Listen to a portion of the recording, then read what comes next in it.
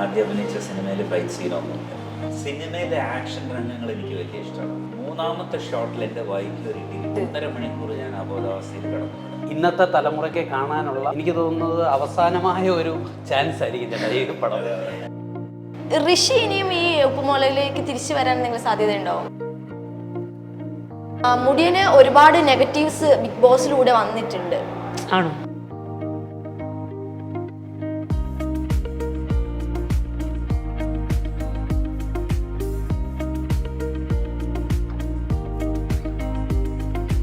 Chat with ആമിയിലേക്ക് ഏവർക്കും സ്വാഗതം. ഇന്ന് നമ്മളുടെ കൂടെയുള്ളത് എഴുത്തോല സിനിമയുടെ വിശേഷങ്ങളുമായി നമ്മുടെ സ്വന്തം ഹേമന്ത് മേനോനും അതുപോലെ ശങ്കർ സാറും കൃഷ്ണപ്രസാദ് ചേട്ടനുമാണ്. 3 പേർക്കും സ്വാഗതം. എന്നാക്കുണ്ട് വിശേഷങ്ങള്? അടിപൊളി, സുഖമായിട്ട് പോകുന്നു. സിനിമയെ കുറിച്ച് സംസാരിക്കാം. സിനിമയുടെ സംവിധാനം അതുപോലെ നിങ്ങളുടെ ക്യാരക്ടേഴ്സ് എന്തൊക്കെയാണ് പറയാം. ചേട്ടനിൽ തുടങ്ങാം. കൃഷ്ണപ്രസാദ്. എഴുത്തോല എന്നാണ് സിനിമയുടെ പേര്. ആ പേര് കേൾക്കുമ്പോൾ തന്നെ അറിയാമല്ലോ, നമുക്ക് ഇന്നിപ്പോൾ അന്യമായിക്കൊണ്ടിരിക്കുന്ന ഒരു വിദ്യാഭ്യാസ രീതി ഉണ്ടായിരുന്നു നമുക്ക് മലയാളത്തിൽ. ആ വിദ്യാഭ്യാസത്തെ ഇന്നത്തെ തലമുറയ്ക്ക് കാണാനുള്ള എനിക്ക് തോന്നുന്നത് അവസാനമായ ഒരു ചാൻസ് ആയിരിക്കും ചേട്ടാ ഈ പടം. കാരണം എഴുത്തോല, പഴയ എഴുത്താണിയും എഴുത്തോലയും ഒക്കെ ആയിട്ട് ആശാനും പള്ളിക്കൂടവും ഒക്കെ ശരിക്കും ഇപ്പോഴുള്ള ന്യൂ ജനറേഷന് അല്ല അറിയാൻ പറ്റില്ല. ഒരു 10-20 വർഷമായിട്ട് അതൊന്നും ഇല്ലിപ്പോൾ. അപ്പം അങ്ങനെയുള്ള ഒരു അവർക്ക് മനസ്സിലാകുമല്ലോ ഇങ്ങനെ ഒരു കാര്യം ഉണ്ടായിരുന്നു. അതെ അതെ, ഒരു കാലഘട്ടത്തിൽ നമ്മളൊക്കെ അത് അനുഭവിച്ചവരുണ്ട്. അപ്പോൾ ആ കാലഘട്ടത്തിൽ ഉണ്ടായിരുന്ന ഒരു ആശാനും ആശാനായിട്ടാണ് കൃഷ്ണപ്രസാദ് അഭിനയിക്കുന്നത്, ആശാദിയായിട്ട് നിഷാ സാർ. അപ്പോൾ അവരുടെ ഒരു ലൈഫ് കാലഘട്ടത്തിൽ കുറേ കുട്ടികൾ അവരും ഇവരൊക്കെ ആയിട്ട് അവരുടെ ഒരു ലൈഫ്. പക്ഷെ പിൽക്കാലത്ത് സ്കൂളുകൾ കയറി ഇതൊരു കച്ചവടമായി സ്കൂൾ.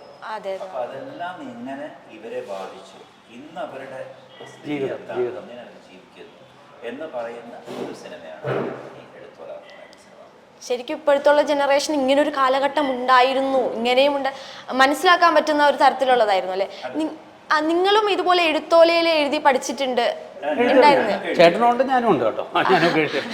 ഹേമന്താരും ഇതിലേക്ക് വന്നിട്ട്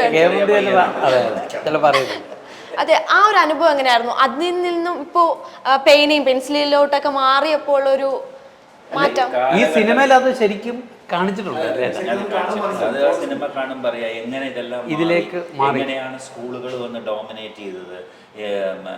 ഇംഗ്ലീഷ് മീഡിയം സ്കൂളുകളും അത് അവരുടെ ഒരു ആധിപത്യം. അന്ന് മലയാളം എന്ന് പറയുന്ന ലാംഗ്വേജ് മാത്രമായിരുന്നു അല്ലേ? അത് കേരളത്തിലാണല്ലോ ഈ നമ്മുടെ ഈ എഴുത്തോലയും ഇതൊക്കെ ഇതിൽ എഴുതുന്ന ഒരു സിസ്റ്റം പണ്ടുണ്ടായിരുന്നത്. അപ്പോൾ നമ്മൾ മെയിനായിട്ട് ഫോക്കസ് ചെയ്യുന്ന അതാണ്. അത് മെയിൻലി കൃഷ്ണപ്രസാദ് ഒരു സ്റ്റേജ് കഴിയുമ്പോൾ പുള്ളി ഇല്ലാതെയാവുന്നതും പിന്നെ നിഷാ സാരംഗാണ് അതിൽ ലീഡ് ചെയ്ത് കൊണ്ടുപോകുന്നത്. നിങ്ങളുടെ ഒരു അനുഭവം എങ്ങനെയാണ് അത് എഴുതുമ്പോൾ? കുട്ടികളായിരിക്കുമ്പോൾ അന്നൊരു സിസ്റ്റം ഉണ്ടായിരുന്നു. നമ്മൾ അവിടെ കൊണ്ടുപോയി അവര് ആശാത്തിലെടുത്ത് അല്ലെങ്കിൽ ആദ്യാക്ഷരം എഴുതുന്ന കാര്യങ്ങളൊക്കെ ഉണ്ടായിരുന്നു. പിന്നെ അതുപോലെയുള്ള അവർ തന്നെ കുട്ടികളെ പഠിപ്പിച്ചിരുന്നു. അങ്ങനെയായിരുന്നു അവരുടെ ജീവിതമാണ്.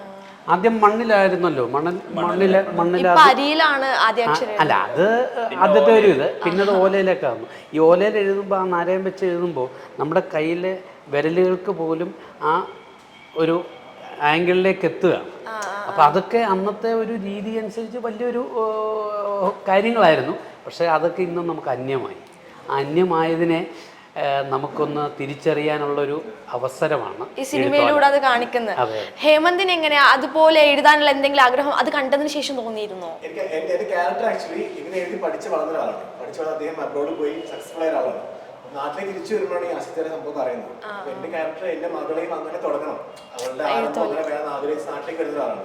കാരണം ഇതിനകത്ത് പറയുന്ന മെയിൻ കാര്യം എന്ന് പറയുന്നത് ഇന്റിമസി ഭയങ്കര വലുതാണ്. ഇപ്പൊ അസൈത്ത് പറയുന്ന ആളായിട്ടുള്ള അല്ലെങ്കിൽ ആശാനായിട്ടുള്ള ഇന്റിമസി വളരെ സ്ട്രോങ് കുട്ടികൾക്കുള്ള. നമ്മൾ സ്കൂളിൽ പോകുമ്പോൾ ഇതൊരു വളരെ ചെറിയ ഗ്രൂപ്പായിരുന്നു പഠിപ്പിക്കുമ്പോൾ ഒരു അമ്മ അച്ഛൻ അങ്ങനത്തെ ഒരു ഭയങ്കര ഇന്റിമേറ്റ് പോകുന്നൊരു ഗ്രൂത്താണ് കുട്ടികൾക്ക് വരുന്നത്. അപ്പൊ അത് ഒരാളെ എങ്ങനെ ഡെവലപ്പ് ചെയ്യുന്നു, ഒരു നല്ല ബെറ്റർ പേഴ്സണെ വളരെ സഹായിക്കുന്നു. അപ്പൊ അതൊക്കെ എന്റെ മനസ്സിൽ പോലെ അഫക്ട് ചെയ്ത ക്യാരക്ടറാണ്. അപ്പൊ അതുകൊണ്ട് എന്റെ മകളും അങ്ങനെ വേണം എന്നൊരു സംഭവം ഉള്ളതുകൊണ്ട് നാട്ടിലേക്ക് വരുമ്പോൾ തിരിച്ചറിയുന്നത് ആശാത്തിപ്പില്ല അല്ലെങ്കിൽ ആശാനിപ്പില്ല, അത് ഒരുപാട് പ്രശ്നങ്ങൾ ഫേസ് എന്ന് പറയുമ്പോൾ അത് എങ്ങനെ ഓർക്കാൻ സഹായിക്കാം, എങ്ങനെ അത് തിരിച്ചു കൊണ്ടുവരുന്നത് ആ ഒരു സിസ്റ്റം തിരിച്ചു കൊണ്ടുവരാൻ പറ്റുമോ, അപ്പം അതിനെന്ത് ചെയ്യാൻ പറ്റും എന്ന് മുൻകൈ എടുത്ത് ഹേമന്താണ് അതിന് മുൻകൈ എടുക്കുന്നത്. അതിന് അദ്ദേഹത്തിൻ്റെ വൈഫ് ക്യാരക്ടർ, പിന്നെ ആ നാട്ടുകാരെല്ലാവരും ചേർന്ന് ആശാത്തിയായിട്ട് ബന്ധപ്പെട്ട് നിന്നിട്ടുള്ള എല്ലാ ക്യാരക്ടേഴ്സും കൂടി ചേർന്ന് അവിടെ ഒരു സ്കൂള്, ഇതിന് വേണ്ടിയിട്ട് ഒരു സ്കൂൾ ഉണ്ടാക്കണം എന്നുള്ള ഒരു ഒരു ഐഡിയയിലാണ് അവർ പിന്നെ ബാക്കി കാര്യങ്ങൾ. ശരിക്കും ഈ സിനിമ വന്നതിന് ശേഷം വീണ്ടും ഇങ്ങനൊരു എന്താ ഒരു കണ്ടന്റ് പുറത്ത് വരുമോ, ലൈക്ക് വീണ്ടും നമുക്ക് തലയുള്ളിൽ എഴുതാം എന്നൊരു അറിയില്ല. അങ്ങനെ ചിന്തിക്കുന്ന ഒരു തലമുറയിലേക്കോ അല്ലെങ്കിൽ അങ്ങനത്തെ ഒരു ശരിക്കും ന്യൂജന് കുറച്ചും കൂടി ഇൻട്രസ്റ്റിംഗ് ആയിരിക്കും ഇത്, നമ്മളൊന്നും ഇത് കണ്ടിട്ടില്ലല്ലോ. തീർച്ചയായിട്ടും ഇത് ആക്ച്വലി ഈ സിനിമ സംഭവിക്കുന്നത്, ഞാൻ UK ഇപ്പോൾ താമസിക്കുന്നത്. അപ്പം നമ്മുടെ കുറച്ച് സുഹൃത്തുക്കൾ, ഞങ്ങൾ വേറൊരു ഫിലിമാണ് പ്ലാൻ ചെയ്തത്, കുറച്ചുകൂടി വലിയ രീതിയിൽ. അപ്പം അതിൻ്റെ വർക്കുകൾ നടന്നുകൊണ്ടിരിക്കുകയാണ്. അപ്പോൾ ഇങ്ങനെ ഇരിക്കുമ്പോഴാണ് ഇതിൻ്റെ ഡയറക്ടർ സുരേഷ് ഉണ്ണികൃഷ്ണൻ എന്ന് പറഞ്ഞ ആൾ, അദ്ദേഹം എൻ്റെ അടുത്ത് ഈ കഥ പറയുന്നത്. ഞാനും വേറെ നമ്മുടെ സുഹൃത്തുക്കളൊക്കെ ഉള്ള ഈ കഥ പറഞ്ഞു. എനിക്ക് പേഴ്സണലി ഭയങ്കര ഇഷ്ടമായി. ബിക്കോസ് ഞാൻ അങ്ങനത്തെ സിനിമയെ സ്നേഹിക്കുന്ന ഒരാളാണ്. പഴയകാല സിനിമകളെ, പഴയ കാലം എന്നല്ല, നമുക്ക് ഇങ്ങനത്തെ സിനിമകൾക്ക് ഒരു സ്കോപ്പ് ഉണ്ട്. അതെ അതെ. അപ്പോൾ നമ്മൾ പല സിനിമകൾ എടുത്താലും നമുക്ക് മനസ്സിലാക്കാൻ പറ്റും. അപ്പോൾ ഞങ്ങൾ ഈ സിനിമ ശരി ഓക്കെ നമുക്ക് എടുക്കാം, കുറേ അവാർഡുകൾ ഇതിനൊക്കെ അയക്കാം, അങ്ങനെ ഒരു ഉദ്ദേശത്തിലാണ് നമ്മൾ ആദ്യം തുടങ്ങിയത്. അങ്ങനെ ഇത് ഇൻ്റർനാഷണലി കുറേ അവാർഡുകളൊക്കെ ഇതിന് കിട്ടി. പക്ഷേ ഇവിടെ ഒന്നും കിട്ടിയിട്ടില്ല. അതിൻ്റെ കാരണമൊന്നും എനിക്കറിയില്ല. അത് പോട്ടെ, അത് നമ്മൾ അതിനെപ്പറ്റി ഡിസ്കസ് ചെയ്യുന്നില്ല. പക്ഷേ ഈ സിനിമ കണ്ടപ്പോൾ ഞങ്ങളിത് റിലീസ് ചെയ്യണോ വേണ്ടയോ എന്നൊക്കെയുള്ള ഒരു വല്ലാത്ത സംശയത്തിലിരിക്കുന്ന സമയത്ത് ഈ സിനിമ കണ്ടപ്പോൾ ഇത് റിലീസ് ചെയ്യണം തീരുമാനിച്ചു. ബിക്കോസ് ഇത് തുടങ്ങി അവസാനം വരയ്ക്കും വളരെ എൻഗേജിങ് ആയിട്ട് പോകുന്നൊരു സിനിമയാണ്. ഒരുപാട് കാര്യങ്ങൾ, പ്രത്യേകിച്ച് നിഷാ സാരംഗിൻ്റെയൊക്കെ ആക്ടിങ്, ഇതിൽ അഭിനയിച്ചിരിക്കുന്ന എല്ലാവരും നന്നായിട്ട് പെർഫോം, ആക്ടിങ്, ഇതൊക്കെ വന്നു കഴിഞ്ഞപ്പോൾ നമുക്ക് വിചാരിച്ചു സിനിമ എന്താ സംഭവിക്കുന്നത് നമുക്കറിയില്ല, പക്ഷേ ഇത് റിലീസ് ചെയ്യണം, നല്ലൊരു സിനിമയായിരിക്കും. തീർച്ചയായിട്ടും നല്ലൊരു സിനിമയാണെങ്കിൽ അത് കാണുന്ന ഒരു ഓഡിയൻസ് ഇന്ന് കേരളത്തിലുണ്ട്, അല്ല എല്ലായിടത്തും ഉണ്ട്. അപ്പോൾ അതാണ് ഞങ്ങൾ ഇപ്പോൾ റിലീസ് ചെയ്യാൻ സ്ലോ പേസേ അല്ല, എന്തായാലും ഇൻട്രസ്റ്റിംഗ് ആയിരിക്കും കാണാൻ. ശരിക്കും ഇത്രയും ഇന്റർനാഷണൽ അവാർഡ്സ് ഒക്കെ കിട്ടിയെന്ന് പറഞ്ഞിട്ടും നമ്മുടെ തിയേറ്ററിലേക്ക് ഇതുപോലുള്ള ഫിലിംസ് വരാൻ കാണികൾ കുറവാണ്. ചിലപ്പോൾ അതിനെന്തായിരിക്കും കാരണം? അല്ല, ഇപ്പോ അതാ ഞാൻ പറഞ്ഞ ഈ കാണികൾ കുറവാണെന്ന്. ഒരു സിനിമയ്ക്ക് അത് ഇറങ്ങുന്ന രീതി, അതിൻ്റെ പ്രൊമോഷൻസ്, ഇതെല്ലാം വളരെ ഇമ്പോർട്ടൻ്റ് ആണ്. ബിക്കോസ് ഞാൻ അഭിനയിച്ച എൻ്റെ ആദ്യത്തെ സിനിമയിലൊന്നും ആരും ഉണ്ടായിരുന്നില്ല. പക്ഷെ ആ പടമൊക്കെ 365 ദിവസവും 400 ദിവസം ഓടിയ സിനിമ. അതിൻ്റെ ഒക്കെ ഒരു ഇത് വേറെ തന്നെയല്ല, മഞ്ഞിലിരിഞ്ഞ പൂക്കളൊക്കെ അടുത്ത് വന്നത്. അപ്പോൾ സിനിമ നല്ലതാണെങ്കിൽ ഇപ്പം ഈ അടുത്ത കാലത്ത് വലിയൊരു ചേഞ്ച് മലയാള സിനിമയിൽ കാണുന്നുണ്ട്. ചെറിയ സിനിമകൾ പോകണം. അതിൻ്റെ കാരണം അതിൻ്റെ പ്രൊമോഷനായിരിക്കാം, ആളുകൾക്ക് അത്. പക്ഷെ ഇത് ചിലപ്പോൾ എല്ലാവരെയും അട്രാക്ട് ചെയ്യുന്ന സിനിമ ആയിരിക്കില്ല. പക്ഷെ എന്നാലും ഇതുപോലെ ഇത്തരം സിനിമകൾ കാണുന്ന ഒരു ഓഡിയൻസ് കേരളത്തിലുണ്ട്. അതുകൊണ്ട് എനിക്കൊരു വിശ്വാസം. ഈ പറഞ്ഞ പോലെ മഞ്ഞിൽ വിരിഞ്ഞ പൂക്കൾ എന്ന് പറഞ്ഞ സിനിമയുടെ കാര്യം പറഞ്ഞപ്പോൾ പഴയകാല സിനിമകളിൽ നിന്ന് ഈ പുതിയ കാല സിനിമകളുടെ ഒരു വ്യത്യാസം എന്താ, ഇങ്ങനെ കമ്പയർ ചെയ്യാൻ പറ്റും? എനിക്ക് തോന്നുന്നു മഞ്ഞിൽ വിരിഞ്ഞ പൂക്കളൊക്കെ ആ കാലഘട്ടത്തിൽ അത് ഇന്നും നമുക്ക് ചെയ്യാൻ പറ്റുന്ന ഒരു സിനിമയാണ്. അന്ന് ആ സ്റ്റോറി വളരെ ഫ്രഷായിരുന്നു, അതിൻ്റെ മേക്കിംഗ് വളരെ ഫ്രഷായിരുന്നു. എൻ്റെ ഡയറക്ടർ ഫാസിലായിരുന്നു. പിന്നെ പ്രൊഡക്ഷൻ കമ്പനി നവോദയ പ്രൊഡക്ഷൻസ് വലിയ പ്രൊഡക്ഷനായിരുന്നു. എൻ്റെ ഫോട്ടോഗ്രാഫി ചെയ്ത അശോക് കുമാർ എന്ന് പറഞ്ഞാൽ വളരെ സൗത്ത് ഇന്ത്യയിലെ തന്നെ ഏറ്റവും വലിയൊരു ലീഡിങ് ക്യാമറമാനായിരുന്നു. അപ്പം ഇന്നും ആ സിനിമ ചെയ്യാൻ ശരിക്കും പുതിയ രീതി ഓഫ് കോഴ്സ് ഫെസിലിറ്റീസും ടെക്നിക്കലി ഒക്കെ സിനിമ മാറിയിട്ടുണ്ടെങ്കിലും പക്ഷെ അത് ഇന്നും എടുത്ത് നോക്കിയാൽ അത് ഫ്രഷ് ആണ്. ശരിക്കും ഹേമന്ത് ആ പടം കണ്ടിട്ടില്ല എന്ന് എനിക്ക് തോന്നുന്നുണ്ട്. മഞ്ഞൾ കണ്ടിട്ടുണ്ട്. അല്ല, നമ്മള് അത്രയും കാലത്തുള്ള ഫിലിമൊന്നും ഇപ്പോഴുള്ള എന്തായാലും ആരും കണ്ടിട്ട്, ഞാൻ പേഴ്സണലി ഞാൻ കണ്ടിട്ടില്ല. പക്ഷെ ഞാൻ സിനിമയെ കുറിച്ച് കേട്ടിട്ടുണ്ട്, കാണാൻ ആഗ്രഹമുണ്ട്. ആ സിനിമയുടെ കണ്ടന്റ് നമ്മൾ ഇപ്പോഴും പല സ്ഥലങ്ങളിൽ വരുന്ന കണ്ടന്റ്, ഒരു ട്രയാങ്കിൾ ഹോസ്റ്റലിൽ പോകുന്ന സാധനം അതൊക്കെ വളരെ കോമൺ തീമാണ് ഇപ്പോഴും പോകുന്നത്. പക്ഷെ അതിന്റെ ഒരു ഫ്രഷ്നെസ് അഭിനയിച്ച ആർട്ടിസ്റ്റുകളുടെ പെർഫോമൻസും അന്നത്തെ ലേറ്റസ്റ്റ് ആയിട്ടുള്ള ടെക്നോളജി ആയിരുന്നു അന്ന് ഉപയോഗിച്ചത്. ഇന്നത്തെ ടെക്നോളജി ഉപയോഗിക്കാം. ആകെ 3 ഇമ്പോർട്ടൻറ്റ് മെയിൻ ക്യാരക്ടർ മാത്രമേ ഉള്ളൂ. പിന്നെ ബാക്കിയൊക്കെ ചെറിയ ആലമോടൻ ചേട്ടൻ വേഷത്തിൽ വരുന്നുണ്ട്, പിന്നെ പ്രതാപചന്ദ്രനുണ്ട്. അതല്ലാതെ വേറെ ക്യാരക്ടേഴ്സ് ഒന്നും ആ സിനിമയിൽ വെറും ഇത്രയും ആളുകളെ വെച്ചാണ് സിനിമ വിജയിപ്പിച്ചത്. അപ്പം തീർച്ചയായിട്ടും എനിക്ക് തോന്നുന്നു ഇതുപോലെയൊക്കെയുള്ള സിനിമകൾ നമ്മൾ പ്രോത്സാഹിപ്പിക്കണം. എന്നും എപ്പോഴും കമേഴ്ഷ്യൽ സിനിമകൾ മാത്രം, പക്ഷെ ഇത് കമേഴ്ഷ്യൽ അല്ലാതെ പറയാൻ പറ്റില്ല. ബിക്കോസ് ഇത് വളരെ എൻഗേജിംഗ് ആയിട്ടാണ് ഈ സിനിമ പോകുന്നത്. എല്ലാ തരത്തിലുള്ള ജോണറിലും പോകുന്നുണ്ട്. ടച്ചിങ് ആണ് സിനിമ. എല്ലാ ജോണറും അല്ല, ഒരു ഫാമിലി ഇഷ്ടപ്പെടും. ഈ പറഞ്ഞ പോലെ മോഹൻലാൽ ശങ്കർ കോംബോ, ആ ഒരു ഫൈറ്റ് സീൻ ഉണ്ടായിരുന്നല്ലോ ഒരു സിനിമയില്. അല്ല, ഞാൻ ഷോർട്സ് കണ്ടിട്ടുണ്ടായിരുന്നു. അതൊക്കെ ഞാൻ ഷോർട്സ് ഒക്കെ കാണുമല്ലോ, ഷോർട്സ് കണ്ടിട്ടുണ്ടായിരുന്നു. ആ ഒരു ഫൈറ്റ് സീൻ ഞാൻ കണ്ടിട്ടുണ്ടായിരുന്നു. ശരിക്കും ആ ഒരു അനുഭവം എങ്ങനെയായിരുന്നു? ഞാൻ ആക്ച്വലി എൻ്റെ ആദ്യത്തെ ഫൈറ്റാണ് സിനിമയിൽ. ഞാൻ ആദ്യം അഭിനയിച്ച സിനിമയിൽ ഫൈറ്റ് സീനൊന്നുമില്ല. അപ്പോൾ ഇത് എൻ്റെ ആദ്യത്തെ ഫൈറ്റ്. പക്ഷെ സിനിമയിലെ ആക്ഷൻ രംഗങ്ങൾ എനിക്ക് വലിയ ഇഷ്ടമാണ്. ഞാൻ ഫിലിം ഇൻസ്റ്റിറ്റ്യൂട്ടിൽ പഠിച്ചാണ് സൗത്ത് ഇന്ത്യ. അപ്പോൾ ഞങ്ങൾക്കൊരു ചെറിയ ക്ലാസ് ഉണ്ടായിരുന്നു ഈ ആക്ഷൻ ഓറിയൻറ്റഡ് ആയിട്ടുള്ള. ഒരു മാസ്റ്റർ വന്ന് ഞങ്ങളെ കുറച്ച് ട്രെയിനിങ് ഒക്കെ തരുമായിരുന്നു. ഇതിൽ ബോംബെ നിന്നാണ് ഇതിൻ്റെ ഫൈറ്റേഴ്സ് വന്നത്. അവർ വന്നിട്ട് ഒരു സെറ്റ് ഇട്ടിട്ട് അതിനകത്ത് അമ്മയെ എന്നൊക്കെ വിളിച്ചിട്ട് ഒരു ഫൈറ്റാണ്. അതിൽ 3ാമത്തെ ഷോട്ടിൽ എൻ്റെ വയറ്റിൽ ഒരു ഇടി കിട്ടി. ഒറിജിനലായിട്ട് 1.5 മണിക്കൂർ ഞാൻ അബോധാവസ്ഥയിൽ കിടന്നു. അത് ഫൈറ്ററുടെ പേര് എൻ്റെ കുറ്റാണ്. എനിക്ക് ടൈമിംഗ് ഇല്ലല്ലോ, ഞാൻ ആദ്യമായിട്ട് ചെയ്യുന്ന ഫൈറ്റാണ്. ആ ഒരു സംഭവം അതെനിക്ക് അതിനെക്കുറിച്ച് പറയാം. പക്ഷെ ആ ഫൈറ്റ് സിനിമയിൽ നന്നായിരുന്നു.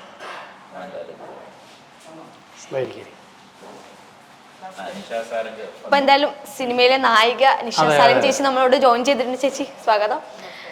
ശരിക്കും ചേച്ചി സിനിമയെ കുറിച്ച് ഉള്ള അഭിപ്രായം, എഴുത്തോല എന്ന സിനിമയിലെ ക്യാരക്ടർ, അതുപോലെ മേക്കിംഗ് പറഞ്ഞു. ഓൾറെഡി ഒരു പറഞ്ഞിട്ടുണ്ട്, എന്നാലും ചേച്ചിയുടെ വായി. എന്നെ സംബന്ധിച്ച് ഏറ്റവും നല്ലൊരു ക്യാരക്ടറാണ് കിട്ടിയിരിക്കുന്നത്. പിന്നെ ഇങ്ങനത്തെ ഒരു ക്യാരക്ടർ ചെയ്യുമ്പോൾ ഒരു പേടി ഉണ്ടായിരുന്നു. ഇവരെല്ലാവരും സപ്പോർട്ട് പ്രവർത്തനങ്ങളിലൊക്കെ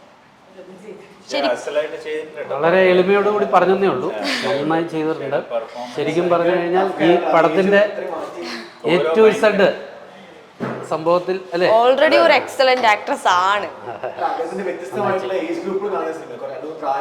അതെ, അതൊക്കെ നന്നായിട്ട്. അത് ഞങ്ങൾക്ക് രണ്ടുപേരുമാണ് അത് ചെയ്തത്. അപ്പം ഏജ് കുറഞ്ഞ് ഒരു ചെറിയ ഒരു യങ് സ്റ്റേജിലുള്ളത് കൊണ്ട് പ്രായമായ വേഷമുണ്ട്. അപ്പോൾ ഇത് രണ്ടും ചെയ്യാൻ പറ്റി. എഴുത്താശാനായിട്ടും നമുക്കും ചെയ്യാൻ പറ്റി. ഇവിടെ ആശാട്ടിയാണ് ഇതിൻ്റെ മൊത്തം ലീഡ് ചെയ്തിരിക്കുന്നത്. ഞങ്ങളിവിടെ ശരിക്കും 15 മിനിറ്റ് ആയി തുടങ്ങിയിട്ട്. എവിടെ പോകുന്നു ഇത്ര നേരം ലേറ്റ് ആയി? അല്ല, ഞാൻ വരുന്ന വഴിക്ക് ഇന്ന് മൺഡേ ആയതുകൊണ്ട് നല്ല ബ്ലോക്ക് ഉണ്ട്. ഇപ്പം കാക്കനാട് നിന്ന് ഇങ്ങോട്ട് അറിയാലോ, ഞാൻ ഇൻഫോ പാർക്കിൻ്റെ അടുത്താണ്. അവിടെ നിന്ന് ഇങ്ങോട്ട് പുള്ളിക്കാരൻ എവിടെന്നാ പറഞ്ഞത്? ചങ്ങനാശ്ശേരി പറ്റൂ.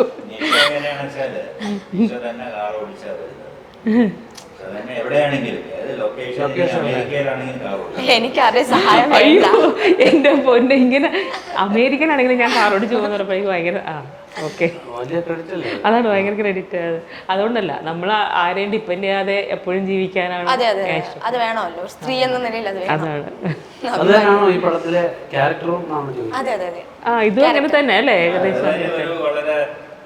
സ്ട്രോങ് ആയിട്ടുള്ള ക്യാരക്ടറാണ്. പക്ഷേ ജീവിതത്തിൽ ഉണ്ടാകുന്ന ഓരോ ബാഡ് ടൈം വരുമ്പോഴും ഓരോ സമയത്തും ഉണ്ടാകുന്ന പ്രശ്നങ്ങൾ എങ്ങനെ താഴ്ത്തുന്നു എന്നുള്ളതാണ്. ക്യാരക്ടറിന്റെ നെയിം എന്താ ചേച്ചിയുടെ? ക്യാരക്ടറിന്റെ നെയിം പേരെന്താ? പാർക്കുട്ടി ആശാത്തി. അത് ആശാത്തി എന്ന് വിളിക്കുന്നുണ്ട്. ആകെ പാർക്കുട്ടി എന്ന് പുള്ളി ആശാത്തി തന്നെ വിളിക്കുന്നത്. പുള്ളി ആശാത്തി തന്നെയാണ് വിളിക്കുന്നത്. നാട് മുഴുവൻ അത്രയും ഫേമസ് ആയിട്ടുള്ള ഒരു ആശാത്തി. നമ്മൾ പറഞ്ഞുകൊണ്ടിരുന്ന കാര്യം, ആ ഫൈറ്റ് സീന്റെ കാര്യം നമ്മൾ പകുതി ബ്രേക്ക് ചെയ്തതാ. ഇടിയിട്ടി വൈറ്റില്ല. ഏത് ഫൈറ്റാ? 3 ദിവസം കഴിഞ്ഞിട്ട് പിന്നീട് ഷൂട്ട് ചെയ്തോ? ഫൈറ്റിൽ നല്ലൊരു ഇടിയാണ് കിട്ടിയത്. ഞാൻ സത്യം പറഞ്ഞ ടൈമിംഗ് തെറ്റാണ്. ഈ സിനിമയ്ക്ക് ഭയങ്കരമായി പോയി. ഞാൻ ഇപ്പൊ അത് പറഞ്ഞതാണ്, ഈ സിനിമയ്ക്ക് വിളിച്ചപ്പോഴേ ഇങ്ങനെ ശങ്കരേട്ടനാണ് പ്രൊഡ്യൂസർ, ഞാൻ ഭയങ്കര എക്സൈറ്റ്മെന്റ് സത്യം പറഞ്ഞ ഭയങ്കരമായിട്ട് നമ്മളൊക്കെ ഭയങ്കര ആരാധിച്ചിരുന്ന അല്ലേ, ഇപ്പോഴും അത് തന്നെയാണ്, ഇല്ലാന്നല്ല. ഒരാളുടെ കയ്യിൽ നിന്ന് കൈനീട്ടമായിട്ട് കാശ് കിട്ടുക എന്ന് പറയുന്നത് ഒരു ഭാഗ്യവാനാണ്. സത്യം ശങ്കരേട്ടൻ പ്രൊഡ്യൂസറും കൂടി ഉണ്ട് കേട്ടോ, സതീഷ് ഷേനോയ്. അദ്ദേഹം വന്നിട്ടില്ല, എപ്പോ വരും. ശങ്കരേട്ടൻ ലൊക്കേഷനിൽ ഉണ്ടാവുമായിരുന്നു ചിലപ്പോൾ മിക്കവാറും അല്ലേ, മിക്ക ദിവസങ്ങളും ഉണ്ട്. എനിക്ക് സത്യം പറഞ്ഞാൽ ശങ്കരേട്ടൻ ഇരിക്കുമ്പോൾ ടെൻഷനാ, ദൈവമേ എങ്ങാനും ഒരു കൊള്ളില്ല അല്ലെങ്കിൽ പോരാ അങ്ങനെ എന്തെങ്കിലും ഇതുവരെ പറഞ്ഞിട്ടുണ്ടോ, അങ്ങനെ അഭിനയിക്ക് അല്ലെങ്കിൽ ഇത് കൊള്ളാം പ്രോത്സാഹനം? നിഷയ്ക്ക് ഭയങ്കര പേടിയായിരുന്നു, എന്നെ എപ്പോഴും വിളിച്ചു ഞാൻ ചെയ്താൽ ശരിയാവോ, ഞാൻ ചെയ്താൽ ശരിയാവോ, ഇത് എനിക്ക് അറിഞ്ഞൂടാ, ഞാൻ ആദ്യമായിട്ട് എങ്ങനെ ഒരു ഡിഫറൻറ്റ് ഒക്കെ ചെയ്യുന്നതെന്ന് പറഞ്ഞു, വയസ്സായിട്ടൊക്കെ. അപ്പോൾ ഞാൻ പറഞ്ഞു നിഷ ചെയ്യൂ. പക്ഷേ നിഷ ആക്ച്വലി സത്യം പറഞ്ഞാൽ ഞാൻ ഷൂട്ടിങ്ങിൻ്റെ അവിടെ ഇവിടെ ഇത് കണ്ടിട്ടുണ്ട് എന്നല്ലാതെ, പക്ഷേ ശരിക്കും സിനിമ കണ്ടപ്പോഴാണ് അതിന്റെ output മനസ്സിലായത്. അതിൽ വളരെ മറ്റേ ആ ഒരു സീനില്ലേ അത് ലാസ്റ്റില് സ്കൂള് അല്ല എല്ലാം കഷ്ടപ്പെട്ട് അവരുടെ മൈൻഡ് ഇങ്ങനെ പിന്നെ എന്താ പറയുന്നത് ചെയ്യുന്നതൊന്നും അറിയാത്തൊരു സ്റ്റേജ് വരുന്നു. അതിനൊക്കെ ഭയങ്കര പെർഫോമൻസ്. ശരിക്കും ശങ്കർ സാർ എന്ന് പറയുന്നത് പഴയകാല നായക നടൻ, ലൈക്ക് അത്രയും മുകളിൽ നിന്നൊരു നായക നടൻ, പക്ഷെ ഇക്കാലത്ത് പൊതുവെ കുറവാണ്, കാണാറില്ല. അതിനൊരു ഇതെന്തായിരിക്കും? ഞാൻ ചെയ്തിട്ടുണ്ട് സിനിമകൾ, പക്ഷെ അങ്ങനെ ഫ്രീക്വൻ്റ് ആയിട്ട് ചെയ്യുന്നില്ല. ലാസ്റ്റ് ഞാൻ ചെയ്ത ബ്രഹ്മം എന്ന് പറയുന്ന സിനിമ ഞാൻ ചെയ്തില്ല. പിന്നെ ഞാൻ ഈ ഫിലിം ഞാനൊരു ഫിലിം ഡയറക്റ്റ് ചെയ്തില്ല, വിൽക്കും പറഞ്ഞിട്ട് ഹേമന്തും അഭിനയിച്ചിട്ടില്ല. ഹേമന്തിന് എനിക്ക് തോന്നുന്നു വലിയ ഒരു ചേഞ്ച് ആയിരിക്കും ആ സിനിമ. ശരിക്കും യങ്സ്റ്റേഴ്സിലേക്ക് വരേണ്ട ഒരാളാണ്, വരും, ഉറപ്പായിട്ട് വരും. അതിനുള്ള കഴിവ് ഹേമന്തിന് ഞാൻ മനസ്സിലാക്കിയത് കാര്യമാണ്. ചേച്ചി പറഞ്ഞതുപോലെ പ്രൊഡ്യൂസർ ഡയറക്ടർ വരുമ്പോഴേ നമുക്ക് ഈ പേടി ഭയങ്കര ഒരു പടം മൊത്തം അഭിനയിച്ചത് അങ്ങനെ സാറിനോട്. സാറ് ഭയങ്കര കൂളാണ്, നല്ല ഫ്രണ്ട്ലി ഡയറക്ടറാണ് സാർ. നല്ല രസമാണ്. അപ്പൊ ലൊക്കേഷൻ ഭയങ്കര ഫണ്ണായിരിക്കും അല്ലേ? ആ ലൊക്കേഷൻ ഞങ്ങൾ UK-ലാണ് ഈ പടം ഞാനിപ്പോൾ ചെയ്ത പടം. ശങ്കരേട്ടൻ ഭയങ്കര എനിക്ക് സത്യം പറഞ്ഞാൽ ഞാൻ ടെൻഷൻ ഉണ്ടായിരുന്നെന്ന് പറഞ്ഞല്ലോ, ആ ടെൻഷൻ എനിക്ക് മാറി വന്നത് ശരിക്കും ശങ്കരേട്ടൻ എന്നെ ഇങ്ങനെ വരുമ്പോൾ ഭയങ്കര നന്നായിട്ടോ എന്നൊക്കെ പറയുമ്പോഴേ അതൊരു ഭയങ്കര ഇൻസ്പിറേഷനാണ് നമുക്ക്. നമ്മളിപ്പോൾ ഇപ്പം നമ്മളൊരു കുട്ടി എന്തെങ്കിലും തെറ്റ് ചെയ്യുമ്പോൾ അത് കുഴപ്പമില്ല ഇനി ചെയ്യില്ല, അങ്ങനെ ഒരു ഫീൽ എനിക്ക് ശങ്കരേട്ടനിൽ നിന്ന് കിട്ടിയിട്ടുണ്ട്. അത് ഭയങ്കര ബ്ലെസ്സിങ് ആയിരുന്നു. പിന്നെ കൃഷ്ണനാണെങ്കിലും കൂടെ കൃഷ്ണൻ ഉണ്ടായിരുന്നു, ആദ്യം തുടക്കം തൊട്ടേ കൃഷ്ണൻ ഉണ്ടായിരുന്നു. അപ്പോൾ കൃഷ്ണൻ ഇതുപോലെ തന്നെയായിരുന്നു, താൻ നന്നായിടോ ചെയ്തെന്ന് പറയും. അതൊരു ഭയങ്കര കൃഷ്ണപ്രസാദ് എല്ലാത്തിലും ഇൻവോൾവ്. അതെ അതെ അതെ സീൻ ചെയ്യുമ്പോഴും അദ്ദേഹത്തിൻ്റെ കോൺട്രിബ്യൂഷൻസും കാര്യങ്ങളും നമുക്ക് എങ്ങനെ അത് ഡിസ്കസ് ചെയ്ത് എങ്ങനെ നന്നായിട്ട് ചെയ്യാമെന്നൊക്കെ എല്ലാവരോടും അതിൽ ഇൻവോൾവ് ചെയ്ത് ചെയ്യുന്ന ഒരാളാണ്. പിന്നെ അത് മാത്രമല്ല ജയകൃഷ്ണൻ അദ്ദേഹത്തിന് ക്രമേഷൻ ചെയ്തിട്ടുണ്ട് ഫാദറായിട്ട്. ഇത് ശരിക്കും ഈ ഫാദറും ഈ ആശാത്തിയും തമ്മിലൊരു ബോണ്ടിങ് ഭയങ്കരമാണ്. അപ്പോൾ ഇത്രയും പ്രശ്നങ്ങളൊക്കെ വരുമ്പോഴും ഈ ഫാദർ എങ്ങനെ ഇവരെ ഹെൽപ്പ് ചെയ്യാം എന്ന് പുള്ളി അതിനു വേണ്ടിയിട്ടുള്ള പരിശ്രമമാണ്. അത് വേറൊരു സബ്ജക്റ്റാണ് ഇതിനകത്ത്. പക്ഷെ നിങ്ങൾക്ക് ലൊക്കേഷനിൽ ഓർത്ത് വെച്ചിരിക്കാൻ പറ്റുന്ന ഒരു ഫൺ മൂമെന്റ് എന്തായിരിക്കും? അത്ര ഇൻട്രസ്റ്റിംഗ് ആയിട്ട് സീരിയസ്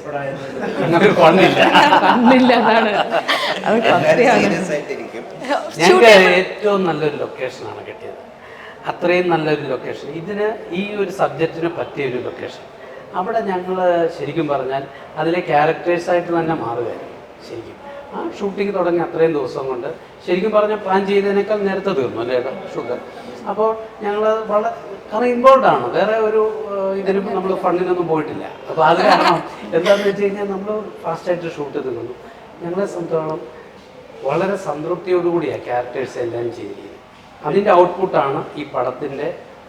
അതെന്തായാലും സ്ക്രീനിൽ കാണാൻ കഴിയും. പിന്നെ ഇതിൽ വേറൊരു കാര്യം എന്ന് പറഞ്ഞാൽ ഇതിലൊരു 100-120 കുട്ടികളെ അഭിനയിച്ചു. സ്കൂൾസ് എനിക്ക് ഇനി അവിടെ ചെന്നാലും കുറെ കുട്ടികളെ ഓൾറെഡി ഒരു 5 മക്കളുണ്ട്, അതുകൊണ്ട് ഞാൻ ഭയങ്കര ഹാപ്പിയാണ്. ആൾക്കാരൊക്കെ എല്ലാവരും ലൊക്കേഷനിൽ നിന്നും ഉണ്ടായിരുന്നു. പ്ലസ് കൂടുതലും കുട്ടികളെ ബേസ് ചെയ്തിട്ടുള്ള ഒരു സംഭവമൊക്കെ ഉണ്ടായിരുന്നു. പിന്നെ ഇതിൽ എടുത്തു പറയേണ്ടത് മ്യൂസിക്കാണ് സിനിമ. മോഹൻ സിത്താരയാണ് ചെയ്തിരിക്കുന്നത്. അദ്ദേഹം അതിൻ്റെ ബാക്ക്ഗ്രൗണ്ട് മ്യൂസിക് ആണെങ്കിലും ഇതിലൊരു പാട്ടുണ്ട്. അതിൽ രണ്ടുപേര് പാടാൻ പറ്റുമോ? അതിൽ ഞാൻ അത് അങ്ങനത്തെ ഒരു പാട്ടാ. അല്ല, ശരിക്കും മലയാള അക്ഷരങ്ങൾ എല്ലാ അക്ഷരങ്ങളും ചേർത്തൊരു പാട്ട്. അത് വെച്ചിട്ടൊരു പാട്ടാണ്. അത് വെച്ചൊരു പാട്ട് നമ്മള് അസാധ്യമായിരിക്കും. ഒരു രക്ഷയില്ല ആ പാട്ട്. ഞങ്ങൾക്കൊന്നും പാടാൻ പറ്റുന്നില്ല. പറ്റില്ല. വെറുതെ അത് ഞങ്ങളായിട്ട് ആ എനിക്ക് അല്ലെങ്കിലും പറ്റില്ല ഒരു പാട്ട്. അല്ലല്ല, വേറെ ഏതെങ്കിലും ഒരു പാട്ട് രണ്ടുപേര് ആർക്കെങ്കിലും പാടാൻ പറ്റുമോ? ഏതാ? ഏതെങ്കിലും ഒരു പാട്ട് രണ്ടുപേര് ഈ പടത്തിലായാലും ഏത് പടത്തിലായാലും അത് കൃഷ്ണൻ പാടും. കൃഷ്ണൻ നന്നായി പാട്ട് പാടും. അതെ അതെ. ഞാൻ കേട്ടിട്ടുണ്ട് കവിത. ഞാനല്ല, കൃഷ്ണേന്ദ്രൻ ചേട്ടനാണ്. അതെ, അത് പേര് മാറിയതാണ്. കൃഷ്ണന്ന് മാത്രമേ കിടപ്പുണ്ടെന്നേ. മോഹൻ സിത്താര വരും. തീർച്ചയായിട്ടും ഞങ്ങളുടെ ഈ പടം പുതിയ ജനറേഷൻ ആയാലും പഴയ ജനറേഷൻ കാണണം. കാരണം നമുക്ക് അന്യമായ ആ ഒരു പഴയ കാലത്തെ തിരിച്ചു കൊണ്ടുവരുവാൻ ഞങ്ങൾ മാക്സിമം ശ്രമിച്ചിട്ടുണ്ട്. ആ ശ്രമം ശങ്കരേട്ടനെ പോലെ അല്ലെങ്കിൽ സതീഷിനെ പോലെയുള്ള പ്രൊഡ്യൂസേഴ്സ് ഇതിനു വേണ്ടി ശ്രമിച്ചത് ഇങ്ങനൊരു സംഭവം വെളിയിൽ കൊണ്ടുവരുവാൻ, പ്രേക്ഷകർക്ക് കാണുവാൻ ഉള്ളൊരു അവസരമാണ്. അത് തീർച്ചയായിട്ടും കാണുക. കണ്ടു കഴിഞ്ഞ് എല്ലാവർക്കും ഒരുപോലെ ഇഷ്ടപ്പെടുന്ന ഒരു പടമായിരിക്കും. കാരണം അതാ ഞാൻ പറയാൻ വന്നത്. ഇപ്പോൾ സുരേഷ് ഇപ്പോൾ വന്നിട്ടില്ലേ, പുള്ളി ലണ്ടനിലാണ്. പുള്ളിക്ക് ഒരു അത്യാവശ്യം കൊണ്ട് എത്താൻ സാധിച്ചിട്ടില്ല. പുള്ളി ഇന്ന് വരേണ്ടതായിരുന്നു, ഇന്നലെ വരേണ്ടതായിരുന്നു. പക്ഷെ അത് എന്തോ കുറച്ച് ഡിലേ വന്നത്, ഹോസ്പിറ്റൽ കേസും. അപ്പോൾ അദ്ദേഹത്തിൻ്റെ കഥയാണ്, അദ്ദേഹം തന്നെയാണ് ഇത് സംവിധാനം ചെയ്തത്. അത് ഒരു ഫസ്റ്റ് ഫിലിം എന്നൊന്നും നമുക്ക് പറയാൻ പറ്റില്ല. ഇപ്പം എല്ലാവരുടെയും ഒരു കൂട്ടായ്മയും കാര്യങ്ങളൊക്കെ വെച്ചിട്ട് ഈ സിനിമ വളരെ ഭംഗിയായിട്ട് ചെയ്തിരിക്കുന്നു. അതുമാത്രമല്ല, ഈ സിനിമ കണ്ടിട്ട് അയാൾ ഇൻ്റർനാഷണൽ സിനിമ ചെയ്യുകയാണ്. അതായത് ഇംഗ്ലീഷും ഹിന്ദിയും കൂടി ചേർന്നിട്ട് മനോജ് ബാജ്പേയി അഭിനയിക്കുന്ന ഒരു സിനിമ ഡയറക്റ്റ് ചെയ്യുന്നു. പുള്ളി എന്നെ സുരേഷാണ് എന്നെ ആദ്യം വിളിക്കുന്നത്. അപ്പോൾ ഒരു ദിവസം ഞാൻ ഇതുപോലെ ഇന്നും നമ്മുടെ എടപ്പള്ളി ഗണപതി ക്ഷേത്രത്തിൽ പോയി തിരിച്ച് വീട്ടിലേക്ക് വന്നുകൊണ്ടിരിക്കുമ്പോൾ സുരേഷിൻ്റെ കോൾ വരാം ഫസ്റ്റ്. അപ്പോൾ ആരാന്ന് എനിക്കറിയില്ലല്ലോ. അപ്പോൾ വിളിച്ചിട്ട് ഇങ്ങനെ ഇത് പറയാണ്, ഇങ്ങനെ ഒരു സിനിമ ചെയ്യാൻ പോവാണ്. അപ്പം ഇത്ര ഏജുള്ള ക്യാരക്ടറാണ്. ഞാൻ എന്നെയാണോ എനിക്ക് ഡൗട്ടായിരുന്നു. തന്നെയാണ്. അവർ നിശാശാരംഗല്ലേ? ഞാൻ പറഞ്ഞ അത് തന്നെ. അല്ല അപ്പൊ ഇത് ഒന്നുകൂടെ ഒന്ന് ആലോചിച്ച് നോക്ക്, എന്നെ തന്നെയാണോ അങ്ങനെ പുള്ളി വിളിച്ചിട്ട് ഇങ്ങനെ കഥയൊക്കെ പറഞ്ഞു. അപ്പൊ എനിക്ക് ഡൗട്ടും ചിലപ്പോൾ ആൾക്കാർ കളിപ്പിക്കാൻ വിളിക്കുമല്ലോ, അങ്ങനെ ഇല്ലേ? അങ്ങനെ വല്ലതും ആണോ എന്നറിയാൻ വേണ്ടിയിട്ട്. അല്ല അതാണ് നീ. അപ്പൊ ഇന്ന് ഞാൻ ആ അമ്പലത്തിൽ തന്നെ പോയിട്ടാണ് ഫസ്റ്റ് ഇങ്ങോട്ട് വന്നത്. അപ്പൊ ഞാൻ പറഞ്ഞു, ഒരു കാര്യം ചെയ്യ്, നിങ്ങൾ കഥ പറയാൻ ഞാൻ അങ്ങോട്ടൊന്നും വരണില്ല, അറിയാൻ പറ്റില്ലല്ലോ. എനിക്ക് വിശ്വസിക്കാൻ പറ്റാത്തതുകൊണ്ടാണ്. വീട്ടിലേക്ക് വരണം, നിങ്ങൾ വിളിക്കുന്ന നിങ്ങൾ എടപ്പള്ളി അമ്പലത്തിൽ എടപ്പള്ളി ഗണപതി ക്ഷേത്രത്തിലേക്ക് വരും. അവിടെയാണ് മീറ്റ് ചെയ്തത്. അവിടെ പ്രശാന്തും സുരേഷും കൂടെ അവിടെ വെച്ചിട്ടാണ് എന്നോട് കഥ പറയണേ. അങ്ങനെ അമ്പലത്തിൽ വെച്ച് കഥ പറഞ്ഞു. അമ്പലത്തിൽ നിന്ന് തന്നെ ഞാനിപ്പോഴും ഇങ്ങോട്ടും വരണേ. ആ സെയിം അമ്പലത്തിൽ സപ്പോർട്ട് വേണ്ടത്. അപ്പൊ ദൈവത്തിന്റെ കിട്ടി, ബാക്കി പ്രേക്ഷകരുടെയാണ്. ഉറപ്പായിട്ടും കിട്ടും എന്ന് ഞാനും ആഗ്രഹിക്കുന്നത്. ഉപ്പുമുളകും ഫാമിലി മിസ് ചെയ്യുന്നുണ്ടോ? ഉപ്പുമുളകും ഫാമിലി മിസ് ചെയ്യുന്നുണ്ടോ? ഇപ്പൊ വീണ്ടും തുടങ്ങിയല്ലോ. ഇന്ന് ഫസ്റ്റ് എപ്പിസോഡ് ടെലികാസ്റ്റിംഗ് ആണ്. സീസൺ 3 തുടങ്ങി. ഇന്ന് ഫസ്റ്റ് എപ്പിസോഡ് ടെലികാസ്റ്റ്. കുറെ നാൾക്ക് ശേഷം വീണ്ടും ഫാമിലിയെ കണ്ടതിന്റെ ഒരു സന്തോഷം. എല്ലാവരും വലുതായി, കുട്ടികളൊക്കെ. പാർക്കുട്ടിയൊക്കെ വലുതായി. ഇപ്പൊ അതിനകത്ത് വേറെ കുട്ടികൾ വരുന്നുണ്ട്. പേരക്കുട്ടിയൊക്കെ ആയി. ലച്ചുവിന്റെ കുട്ടിയായി. പിന്നെ അതാണ് കുട്ടികളില്ലാതെ എനിക്ക് ഭയങ്കര ഇഷ്ടമാണ്. കുറെ കുട്ടികളുണ്ടെങ്കിൽ ഞാൻ ഭയങ്കര ഹാപ്പിയാണ്. അപ്പൊ ചിലയിടത്തൊക്കെ കുറെ കുട്ടികളെ കിട്ടുന്നുണ്ട്. ഋഷി ഇനിയും ഈ ഉപ്പുമുളകിലേക്ക് തിരിച്ചു വരാൻ എന്തെങ്കിലും സാധ്യത ഉണ്ടോ? അറിയില്ല, അതെനിക്ക് അറിയില്ല. ഒരു വർഷത്തേക്ക് അയാൾക്ക് എവിടെയും പോയിക്കൂടാ. ഇപ്പൊ അവർക്ക് ഏഷ്യാനെറ്റ് എഗ്രിമെന്റ് ഉണ്ടാവുമല്ലോ. അപ്പൊ ഒരു വർഷത്തേക്ക് അയാൾക്ക് എവിടെയും പോയിക്കൂടല്ലോ എന്തായാലും. മോനായിട്ട് അഭിനയിക്കണം. മുടിയൻ. അപ്പം മുടിയന് ഒരുപാട് നെഗറ്റീവ്സ് ബിഗ് ബോസിലൂടെ വന്നിട്ടുണ്ട്. ആണോ? അപ്പൊ നെഗറ്റീവ്സ് അതുപോലെ പോസിറ്റീവ്സും ഉണ്ട്. അപ്പം വീണ്ടും തിരിച്ച് ഉപ്പുമുളകിലേക്ക് വരും എന്ന് വരാതിരിക്കാനും സാധ്യതയുണ്ട്, വരാനും സാധ്യതയുണ്ട്, റേറ്റിംഗ് കുറയാനും കൂടാനും സാധ്യതയുണ്ട്. അപ്പം അതിനെക്കുറിച്ച് എനിക്ക് അങ്ങനെയുള്ള കാര്യങ്ങളൊന്നും അറിയില്ല കേട്ടോ. ഞാൻ അഭിനയിക്കണോ തിരിച്ചു പോകണം.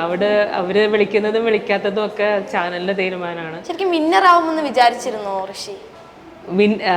ശരിക്കും അവൻ ഭയങ്കര ഇഷ്ടമാണ്. ഞങ്ങൾ അവൻ്റെ അമ്മയെ പോലെ തന്നെയാണ് എൻ്റെ അടുത്തും. അപ്പോൾ വീട്ടിൽ വന്ന് എൻ്റെ കാലിലൊക്കെ തൊട്ടൊഴുത് അനുഗ്രഹമൊക്കെ വാങ്ങിച്ചിട്ട് പറഞ്ഞ് എന്താ ചെയ്യണ്ടേ, ഞാൻ പറഞ്ഞു പോയിട്ടു ആ 100 ദിവസം നിൽക്കണം എന്നുള്ളത് മസ്റ്റാണ്.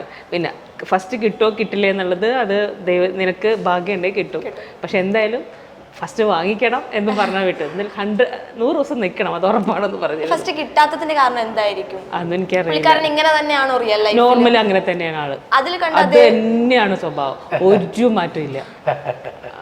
ആളത് തന്നെയാണ്, ഒരു വ്യത്യാസമില്ല. ആ കാണിച്ചതൊക്കെ തന്നെയാണ് ആള്. ചേച്ചി ഒരു മോന്റെ കൺസേൺ അല്ലേ അതിനകത്ത് ഉപ്പുമുളകിൽ കണ്ടില്ലേ? ഈ സെയിം ക്യാരക്ടറല്ലേ ഉപ്പുമുളകിലും കാണിക്കുന്നത്.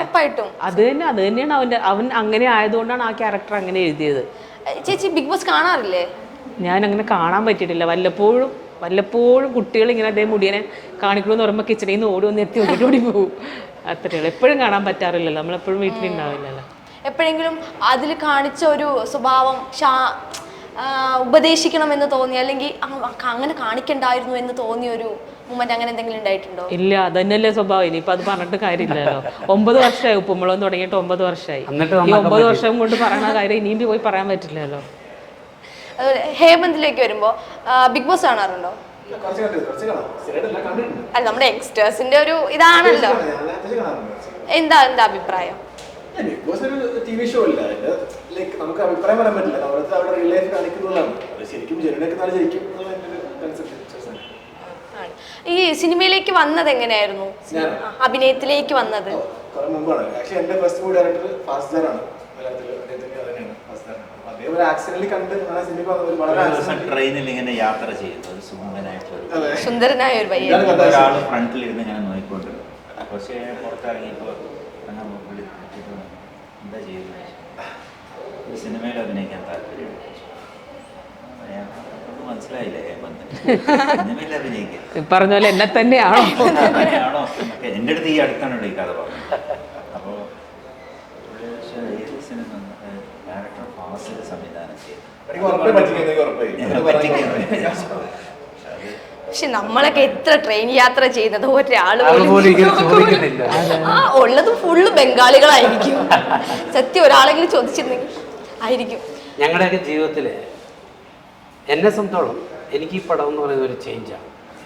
കാരണം ഇതുവരെ നമ്മൾ ഈ പയ്യൻ വേഷങ്ങളും കുറച്ച് നാളായി അങ്ങനത്തെ വേഷം പയ്യൻ, അതെ പയ്യൻ അല്ലെങ്കിലും പയ്യൻ വേഷം ചെയ്തുകൊണ്ടിരിക്കും. അപ്പം അതിൽ നിന്നൊരു ചേഞ്ചാണ്. ഫേസിൽ ഇപ്പോൾ ഒരു പയ്യൻ കിടക്കണ്ടല്ലേ. അപ്പം എഴുത്താശാൻ എന്ന് പറയുന്നത് ഈ പറഞ്ഞ ആശാട്ടിയുടെ കൂടെയുള്ള ഒരു ആശാനാണല്ലോ. അപ്പോൾ അത് എനിക്ക് ഈ പടം തരുമെന്നാണ് എൻ്റെ വിശ്വാസം. കാരണം അതുപോലത്തെ ഒരു ക്യാരക്ടറാണ്. കാരണം ക്യാരക്ടർ വേഷം ചെയ്യാനാണ് എനിക്ക് ഇനിയിപ്പോൾ താല്പര്യം. അപ്പോൾ അങ്ങനെയുള്ള ഒരു തുടക്കം 1-2 പടങ്ങൾ ചെയ്ത് കഴിഞ്ഞു. അപ്പോൾ ഇത് അതിന് കുറച്ചുകൂടെ മുതൽക്കൂട്ടാവുന്നതാണ് എൻ്റെ വിശ്വാസം. ചേട്ടൻ ആദ്യം ഒരു കർഷകനായിരുന്നു, അതിൽ ഒരുപാട് പ്രശ്നങ്ങളൊക്കെ ഉണ്ടായി. ജയസൂര്യ വരെ ഇടപെട്ട് നല്ലൊരു വിവാദമൊക്കെ ഉണ്ടായതാണ്.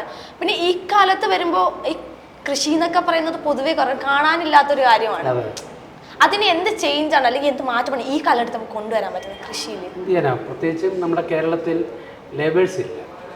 ഇപ്പം മുമ്പേ പറഞ്ഞില്ലേ ബംഗാളികളാന്ന് പറഞ്ഞു എന്ന് പറഞ്ഞ പോലെ നമ്മുടെ ഇവിടെ തൊഴിലാളികൾ നമ്മുടെ ഇതിലുള്ള ആൾക്കാർ വളരെ കുറവാണ്. അപ്പോൾ അത് കാരണം എന്താണെന്ന് വെച്ചാൽ മറ്റുള്ള സ്റ്റേറ്റിനെ അപേക്ഷിച്ച് ഏതാണ്ട് 3 ഇരട്ടി ചിലവാണ് ഇവിടെ എല്ലാ കാര്യത്തിലും. അത് തന്നെ കൃഷിയിലുമുണ്ട്. എന്നാൽ അതിനനുസരിച്ച് നമുക്ക് ബെനിഫിറ്റ് ഇല്ലതാണ്. അപ്പോൾ ഓട്ടോമാറ്റിക്കലി ഞങ്ങളൊക്കെ ഇങ്ങനെ പിൻവാങ്ങി പൊയ്ക്കൊണ്ടിരിക്കുന്നു. നമ്മളെല്ലാം മറ്റുള്ള സ്റ്റേറ്റിനെ ഡിപ്പെൻഡ് ചെയ്യുന്ന പോലെ ഈ കാര്യത്തിലും ഡിപ്പെൻഡ് ചെയ്യേണ്ട ഒരു കാലത്തിലേക്കാണ് നമ്മൾ പോയിക്കൊണ്ടിരിക്കുന്നത്. പക്ഷേ ഇപ്പോഴും വേദനയോടെ പറയുന്നത് ഒരു കൃഷി വകുപ്പ് മന്ത്രിക്ക് കൊടുക്കാൻ പറ്റിയ ഒരു അഡ്വൈസ് എന്തായിരിക്കും നമുക്ക് ഇക്കാലത്തും കൃഷി?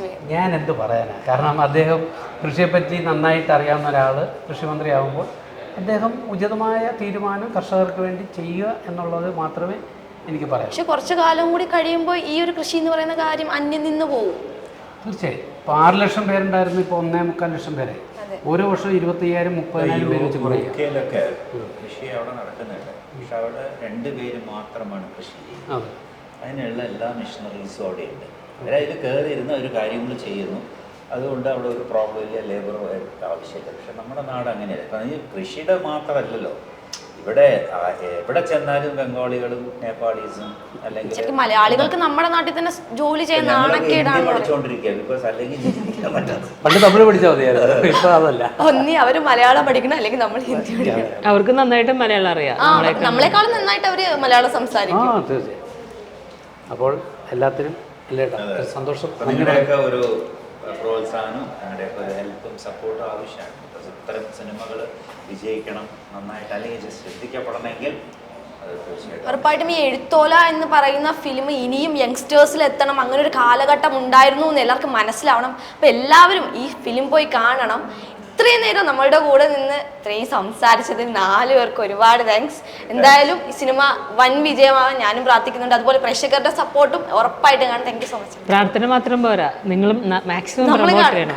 ഉറപ്പായിട്ടും അല്ല, ശരിക്കും നിങ്ങളാണ് ചെയ്യേണ്ടത് അല്ലേ കൂടുതലും. അതുകൊണ്ട് ഞാൻ പറഞ്ഞ ഇതിലിപ്പോ എന്താ പറയാ, വലിയ സൂപ്പർ സ്റ്റാറുകളൊന്നുമില്ല, വളരെ കുറച്ച് ആർട്ടിസ്റ്റുകൾ.